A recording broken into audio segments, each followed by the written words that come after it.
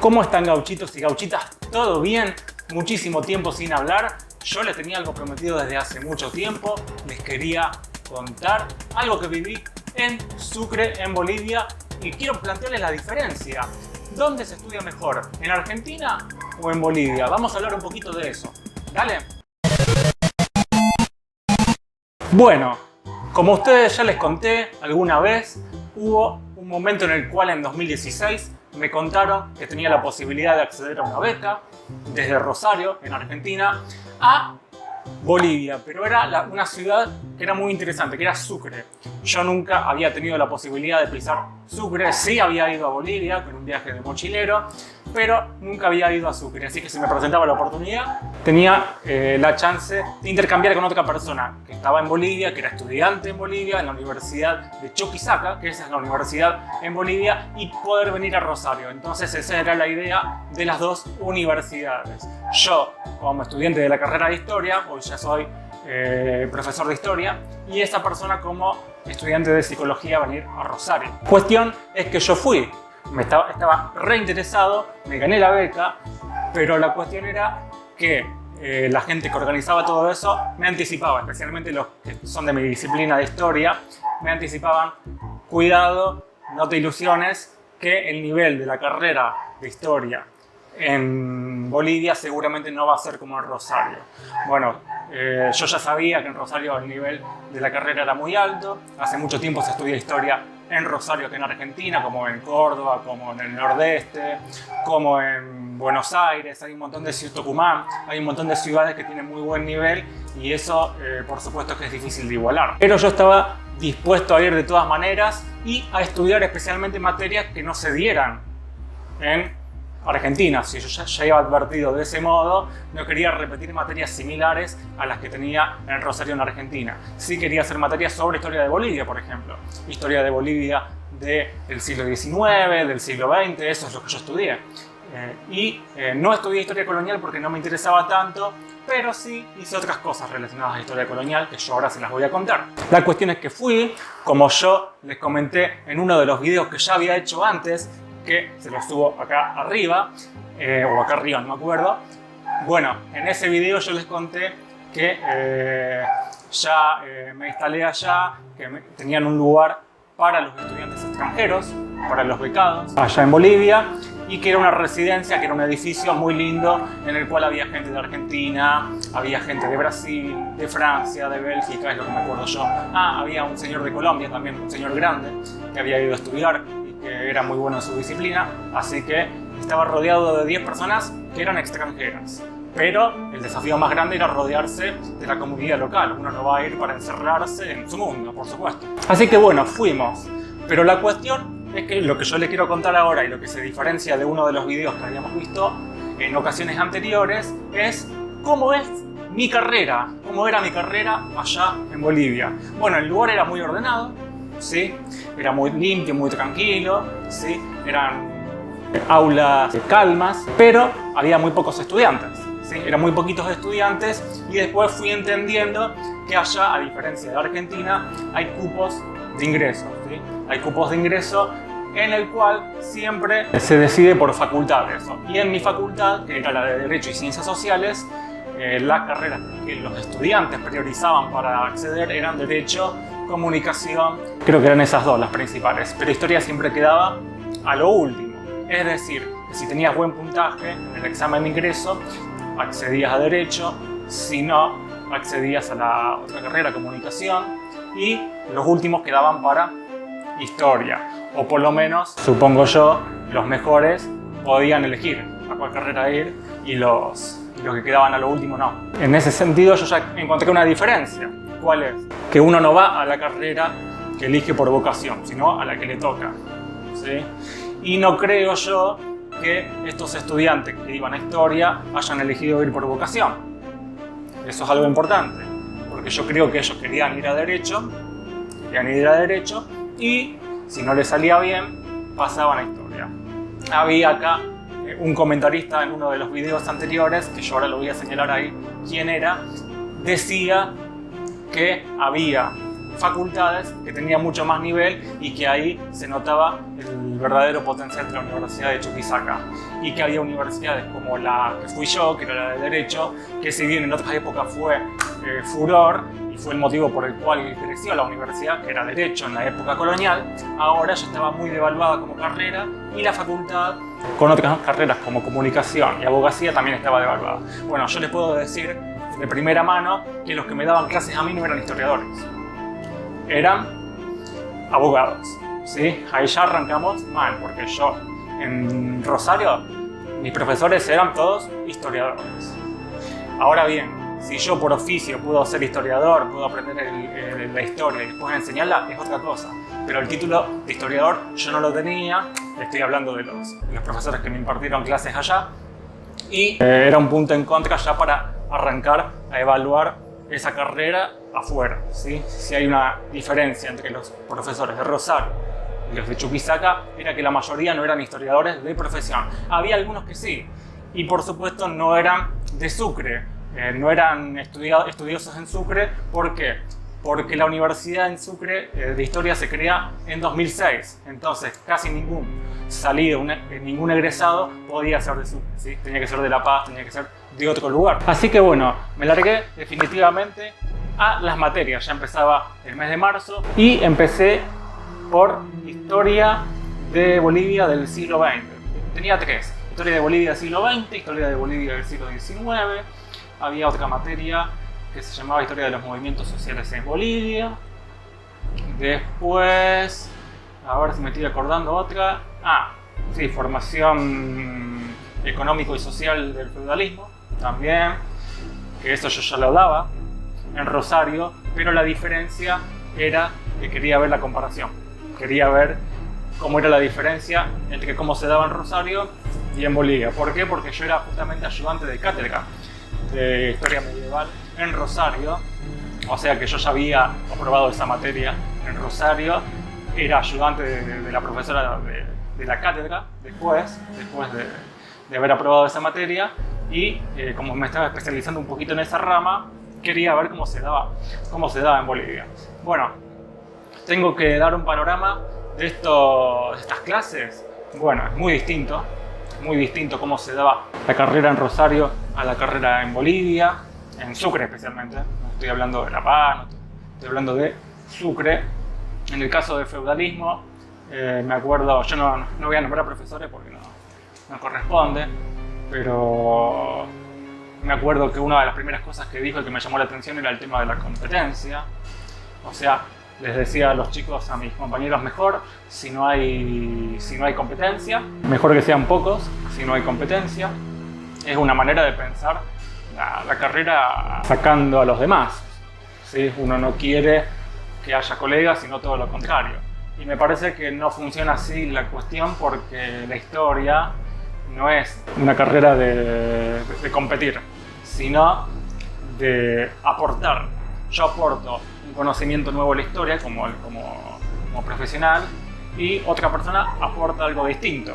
Entonces me parece que esa era la manera en la que nos enseñaron en Rosario a percibir la disciplina, y no en función de competir entre profesionales a ver quién agarra un pedazo de la historia. No sé si se entiende eso. Bueno, más allá de eso, esa materia la enseñaba, creo que era un filósofo, un teólogo o algo por el estilo, era quien enseñaba esa materia. No era un historiador, y su cuadernillo de enseñanza era muy chiquito. Piensen que yo acá en Rosario estudiaba 1500 o 2000 páginas para la materia. Este cuadernillo era muy chiquito y englobaba todo, y era como una recopilación de escritos sobre la historia medieval, que para mí incluso había cosas de Wikipedia. Y yo decía, no puede haber cosas de Wikipedia en una carrera universitaria, es muy básico. No me parecía concebible el hecho de no incluir cosas especializadas en la carrera. Sin embargo, este profesor era uno de los que más asistía a clases. ¿Por qué les digo esto? Porque había muchos profesores que faltaban continuamente. Había profesores, me acuerdo de historia, bueno, no voy a decir las materias, pero Faltaban una o dos veces. Uno de los profesores que tenía mucha simpatía con los estudiantes extranjeros, que éramos de la residencia, decía, tenía vergüenza el otro día de llegar tarde y ustedes que hayan llegado más temprano. Los decía por nosotros, por los estudiantes extranjeros, que les causamos simpatía y dice, bueno, después de la segunda clase vino más temprano. Pero pasaba eso con los profesores, que había tardanza, que faltaban, que no explicaban los motivos.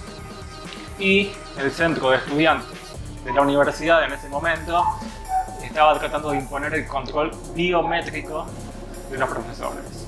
Cosa que si uno lo pensaba entre los estudiantes de Rosario, diría, no, pero biométrico es como muy policial, perseguir a los profesores. Bueno, allá en Bolivia, los estudiantes, como tenían una problemática que era la tardanza de los profesores o el faltazo de los profesores, querían imponer ese sistema biométrico con el cual uno apoya el dedo y ahí se notaba la presencia o no del profesor. Y bueno, se nota como de acuerdo a la problemática de cada lugar, el intento de soluciones distintos. El centro de estudiantes buscaba un control biométrico, fíjense ustedes. Acá en Rosario es como que, en el caso de la carrera de Historia, la amistad entre el grupo docente y el estudiantado, el vínculo, no es tan distante, se entienden unos a otros. Si bien hay una jerarquía lógica de conocimiento, eso no tiene que implicar una distancia humana, ¿se entiende? Allá sí, allá es como que eran claustros irreconciliables, el docente y el estudiantil, por lo menos visto desde la perspectiva del centro de estudiantes. Y otra cosa que me llamó mucho la atención era eso de la jerarquía que les decía yo. Un profesor diciéndole a un chico que busque el borrador, que borre el pizarrón, y el estudiante que lo aceptaba normalmente. Somos personas adultas, pienso yo, y esto era lo que trataba de decir a mis compañeros. Somos personas adultas, el docente, si bien tiene la jerarquía por ser, tiene el conocimiento, no tiene por qué ser servido. ¿Se entiende la diferencia? Y eso era lo que yo veía de diferencia en Rosario. Era algo que me daba un poco de bronca, pero bueno, yo creo que ahí es una cuestión más cultural de cada lugar. Si es el docente hay que servirle. Casi como algo de escuela primaria, de escuela secundaria, era algo que yo veía así, y eso era algo que me hacía un poco de ruido. Ahora pienso yo, ¿cómo se tomaban los estudiantes esta actitud docente? ¿Cómo se tomaban los estudiantes, por ejemplo, que un profesor les diera un manual basado en fascículos que salieron una vez en un diario? Eso es de divulgación. La divulgación es para gente que no estudia historia, es para gente del público en general. Una persona que va a estudiar especializadamente no puede tener un manual de historia del siglo XIX. No puede en 50 paginitas estudiar todo un siglo. Es una locura para mí. Y algunos de los compañeros decían mejor es más fácil, es más pasable la materia. Me parecía increíble a mí notar la escasez que tenían de exigencia hacia sus profesores. Para mí que tiene que ver con esa falta de vocación de la que yo estaba hablando antes, ¿entienden? En cuanto a algunos profesores, también había quienes ofrecían un castigo por irse antes o llegar después. No me parece mal si ustedes ya han visto este ejemplo en muchos países del mundo. El tema es que no den el ejemplo, ese es el tema. También me parecía mal que den exámenes de sorpresa, como si estuviéramos en la primaria. Eso también me parecía que estaba mal, que no se establezca, que no se fije una fecha para los exámenes. Eso no me parecía.